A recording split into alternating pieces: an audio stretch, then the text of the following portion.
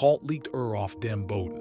Die Lippen blau, das Gesicht versucht, niemand wagt den Kaiser anzufassen. Ein Sklave flüstert einen Namen, denselben Namen, den drei sterbende Männer in ihren letzten Atemzügen geformt hatten. Aber sie steht aufrecht, ruhig, gekleidet in weiß Leinen. Und niemand, kein einziger Mensch in Rom wagt, ihr in die Augen zu sehen. Wer war dies Frau? Und warum war sie nicht zu stoppen? Dies Gesicht gehört zu den am sorgfältigsten Verdrängten der gesamten Antike. Was ihr Hut erfahrt, findet sich in keinem Schulbuch, und das hat einen Grund. Ihr Name war Livia Drusilla. Und sie war wirklich die gefährlichste Frau, die gelebt hat.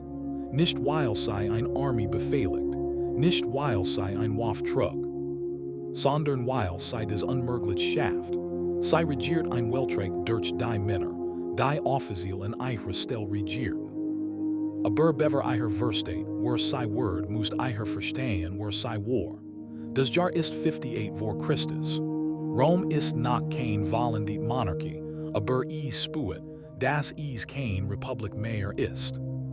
Macht liegt in den Händen weniger Männer, und Frauen existieren in dieser Gleichung offiziell nicht. Sie erben nicht. Sie sprechen nicht im Senat. Sie entscheiden nicht. Das ist das Gesetz.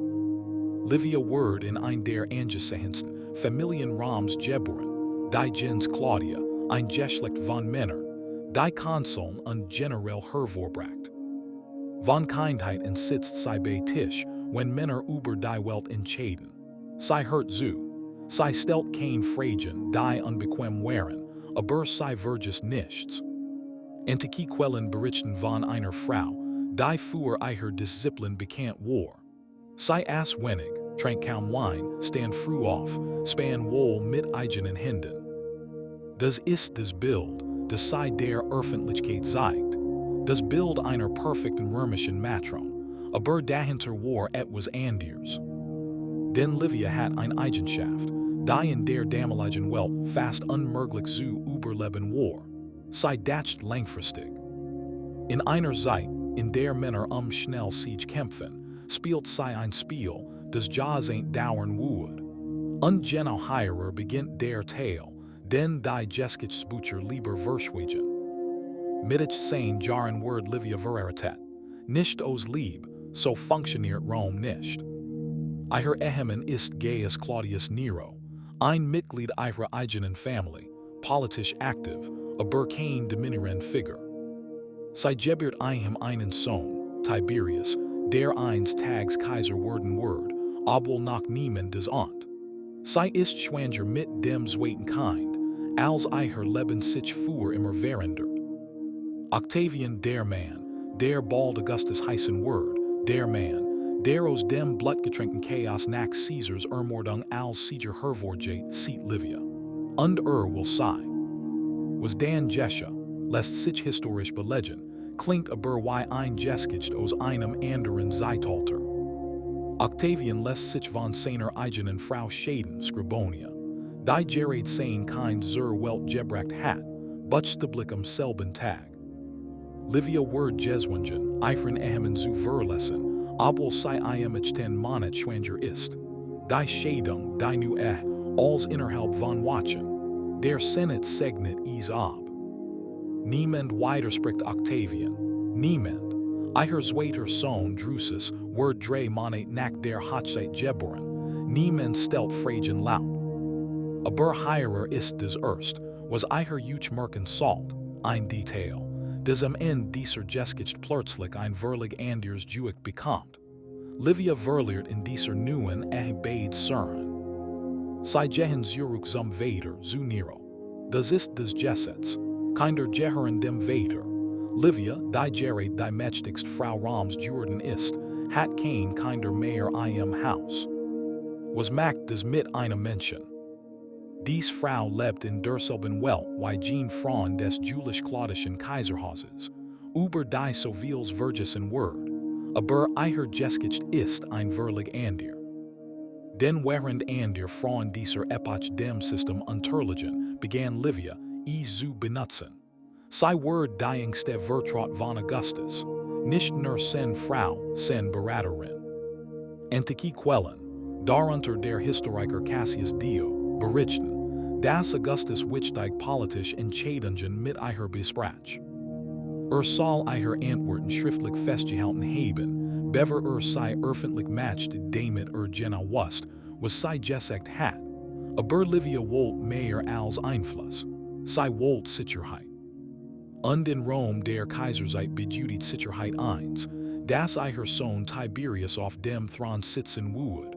Higher reward das Problem, Augustus hat ander Plen, hat Neffen, hat Enkel.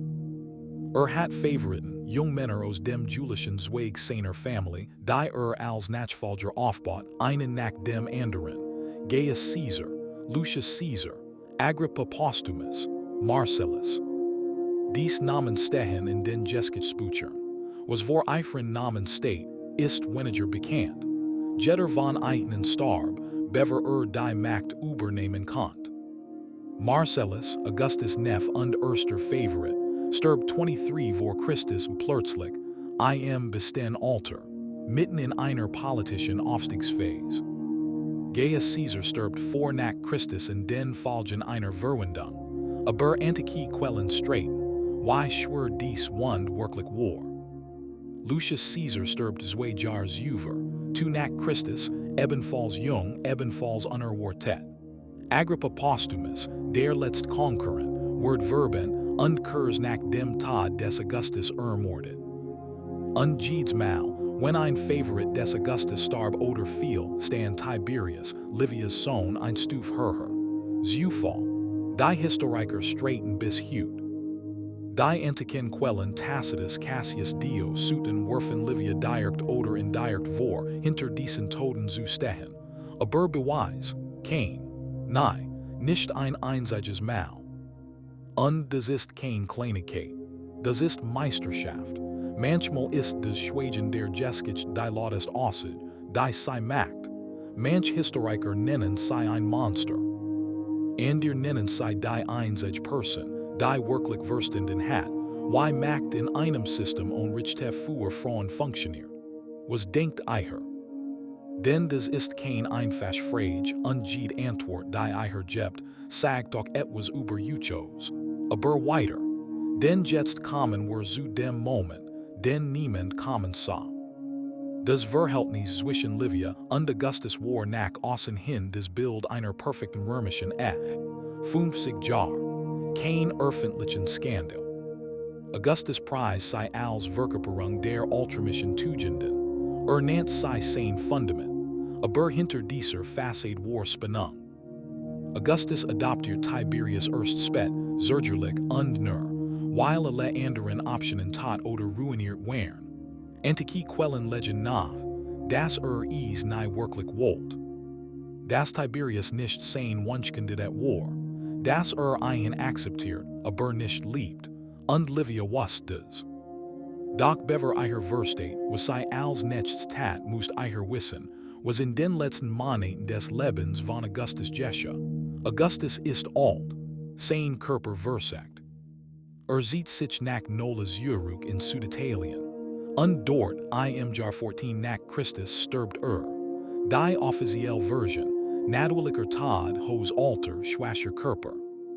Die inoffizielle Version, die Tacitus anjutet und sei direkt auszusprechen, ist ein ander.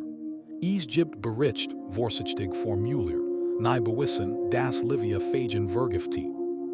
Fagen, die Augustus direkt vom Baum beflucht und Fagen, die nur beruhet, die Geschichte nennt es nur ein Fragment.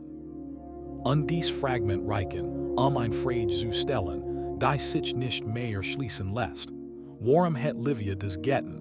Augustus war sterbend. Tiberius war bereits als Nachfolger etabliert. Und genau das ist die Antwort.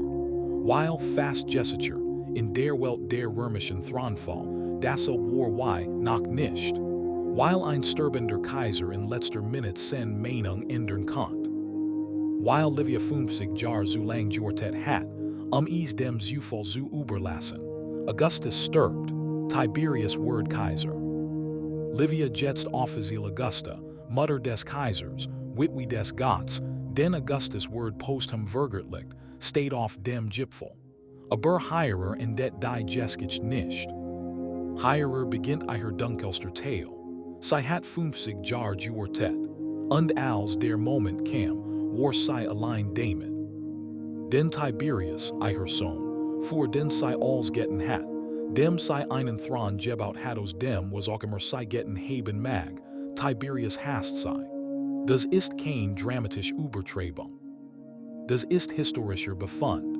Antike Quellen beschreiben ein Verhältnis zwischen Mutter und Sohn, das von tiefer, wachsender Feindschaft geprägt war.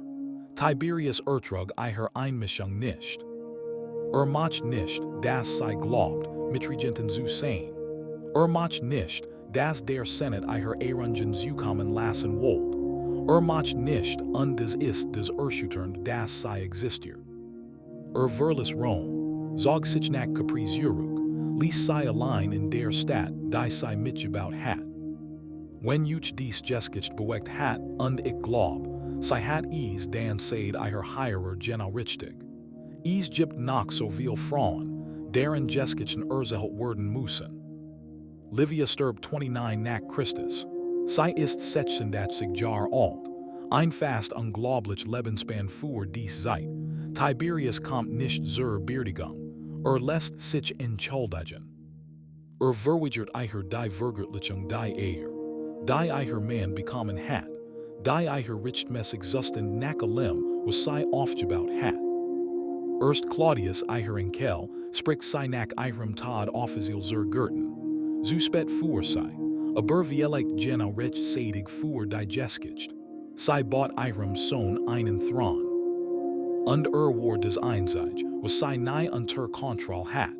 Und jetzt in diesem Punkt kehren wir zu dem Moment zurück, mit dem wir begonnen haben, der Tod Kaiser auf dem Boden. Die Frau in weißem Leinen, der geflüstert Name, Drei Kaiser starben auf Wegen die Livias Sohn nützte, kein Beweis, kein Geständnis, kein Urteil, nein, das ist das Erstenlich. Nicht die möglichen Verbrechen. Das Erstenlich ist die vollständige Abwesenheit jedes Fehlers.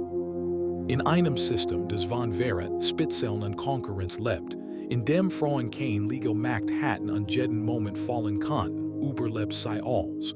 Übertraf alle, begrub alle. Vielleicht war sie schuldig.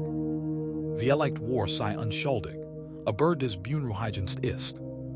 Es spielt keine Rolle mehr, weil das System, das sie erschuf, noch jahrhundert weiterlief.